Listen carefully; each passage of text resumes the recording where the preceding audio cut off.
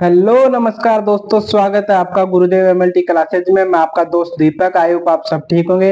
मैं आज आपके लिए एक नया टॉपिक लेकर आया हूँ जिसमें हम बात करने वाले हैं एलएफटी यानी liver function test. Liver function test हम कब करवाते हैं और क्यों करवाते हैं, डॉक्टर इसे कब कब रिकमेंड करवाता है, एलएफटी की हमें जरूरत क्यों पड़ती है। अगर आपके पेट में कोई दर्द हो, एसिडिटी बार बार एसिडिटी बन रही हो, दस्त जा रहे हो, उल्टियां हो रही हो, या खाना खाते ही पेट में दर्द होना शुरू हो जाता है, अगर आपको ऐसे सिम्टम नजर आ रहे हैं, अगर ये सिम्टम लगातार 5 से 10 दिन तक चल रहे हैं, तो आपको एलएफटी करवाने की सख्त जरूरत है। एलएफटी करवाना आपके लिए अनिवार्य है। तो एलएफटी में हम क्या क्या देख सकते हैं वो सब जानेंगे आज के इस टॉपिक में। एलएफटी में कौन कौन सी जांच होती है, एलएफटी की मतलब एलएफटी में कौन कौन से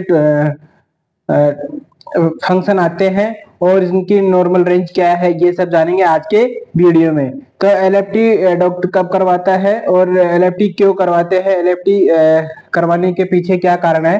तो एलएफटी का उपयोग लीवर की कार्य क्षमता या फंक्शन को जानने के लिए करवाते हैं।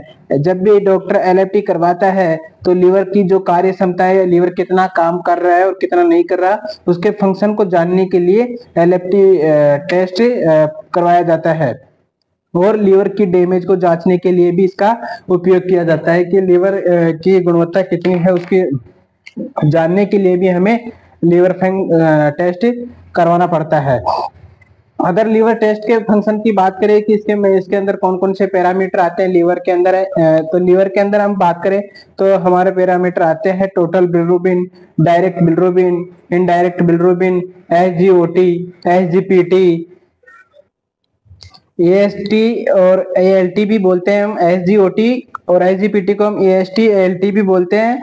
एएलटी की फुल फॉर्म होती है एलाइन ट्रांसमाइनेज और एएसटी की फुल फॉर्म होती है एस्पिरेट ट्रांसएमाइनेज। ठीक है, उसके बाद हम बात करेंगे एल्कलाइन फॉस्फेट की। इसमें हमारे क्या नाम से पैरामीटर होते हैं टोटल प्रोटीन, एल्कमाइन, एल्बुमिन, ग्लोबिन और एजी रेसो। ये सब हम आज की एलएफटी टॉपिक में पैरामीटर की बात करने वाले हैं। तो हम देखें तो इसमें सबसे पहला है हमारा टोटल बिलिरुबिन। अगर टोटल बिलिरुबिन की बात करें तो इसकी नॉर्मल रेंज क्या होती है।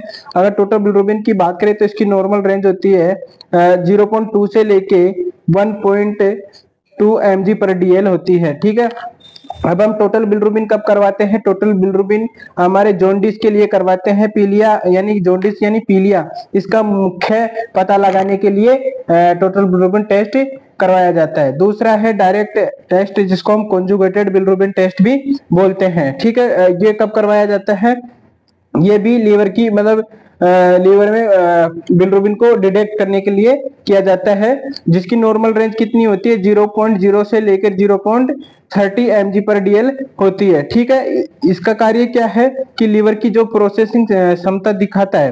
डायरेक्ट बिलिरुबिन क्या करता है, लीवर की प्रोसेसिंग क्षमता को दिखाता है कि हमारी लीवर को काम करने की प्रोसेसिंग क्षमता कितनी है। इनडायरेक्ट बिलिरुबिन की बात करें तो इसे अनकॉन्जुगेटेड बिलिरुबिन भी बोलते हैं, जिसकी नॉर्मल रेंज कितनी होती है। अगर इसकी नॉर्मल रेंज की बात करें तो इसकी नॉर्मल रेंज होती है 0.2 से लेकर 0.9 तक इसकी नॉर्मल रेंज होती है।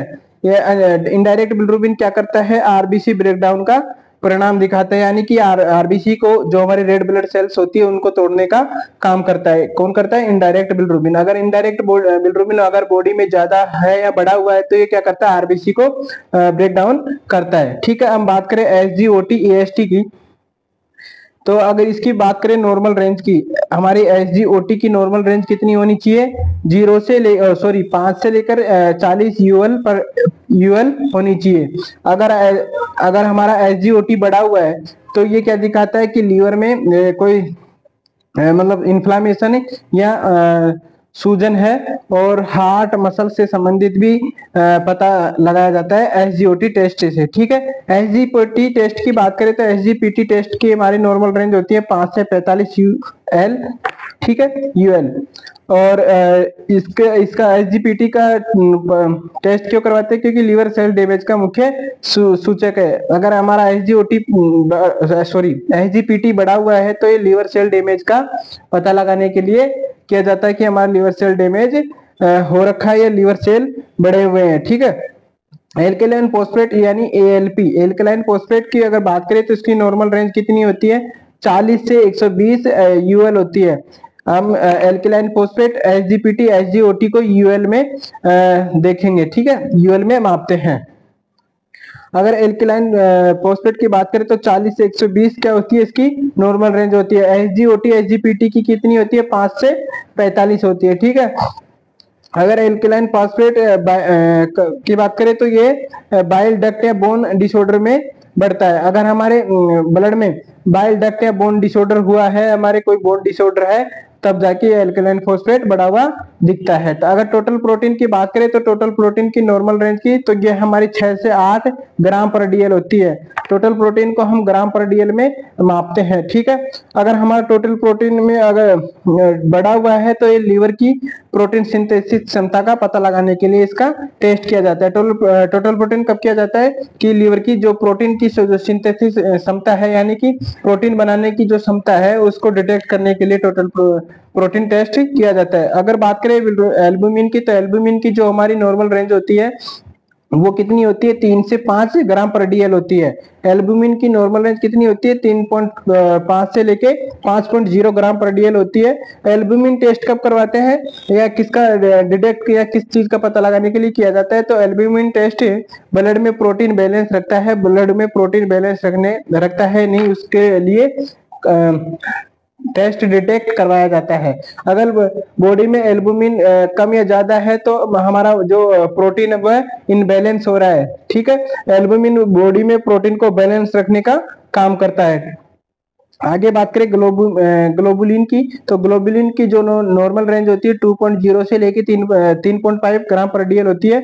ये हमारे इम्यून सिस्टम से जुड़ा हुआ होता है। जो ग्लोबिन है हमारे क्या करता है, इम्यून सिस्टम से जुड़ा हुआ होता है। जो अगर हमारा इम्यून सिस्टम अप डाउन होता है तो उसमें ये हमें डिटेक्ट करवाता है, ठीक है।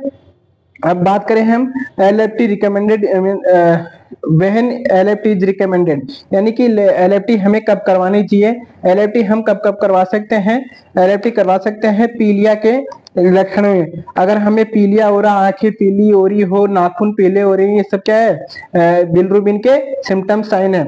अगर हमारे आंखें पीली हो रही हो, जीभ पीली हो रही हो, या फिर स्किन सब वाइट वाइट दिखने लगी है, या फिर क्या नाम से नेल्स में पीलापन दिख रहा है, तो हम पीलिया की जांच करवाने के लिए भी एलएफटी करवा सकते हैं, ठीक है। उसी प्रकार लीवर की बीमारी में या हेपेटाइटिस या सिरोसिस की बीमारी में भी हम एलएफटी करवा सकते हैं, ठीक है।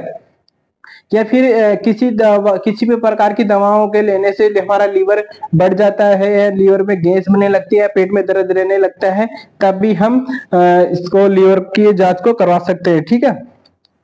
और अगर आप रेगुलर शराब का सेवन कर रहे हो, या ज्यादातर लोग शराब पीते हैं, उनका लीवर भी क्या हो जाता है, डैमेज हो जाता है। इसलिए हमें शराब से बचना चाहिए, शराब नहीं पीना चाहिए। अगर कोई भी व्यक्ति अगर रेगुलर या लगातार शराब पी रहा है तो उसका लीवर बढ़ा हुआ हो सकता है, तो इसलिए शराब से बचे, ठीक है। अगर अब एलएफटी को रूटीन हेल्थ चेकअप में भी करवा सकते हैं।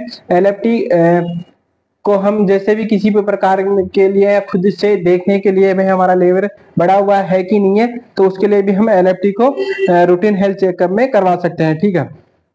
अगर एलएफटी की अब नॉर्मल वैल्यूज की बात करें कि हमारा एलएफटी में जो हमारी जो वैल्यूज आती है एसजीओटीपी टोटल बिलिरुबिन एल्बुमिन प्रोटीन की, अगर वैल्यू अब नॉर्मल आ रही है तो उसके क्या क्या परिणाम हो सकते हैं। अगर हमारी बिलिरुबिन की वैल्यू अब नॉर्मल आ रही है तो इसमें हमारे पीलिया आ सकता है, यानी बिलिरुबिन बढ़ा हुआ आएगा, यानी पीलिया आ रहा है, और हेपेटाइटिस है, और बाइल ब्लॉकेज भी हो सकता है।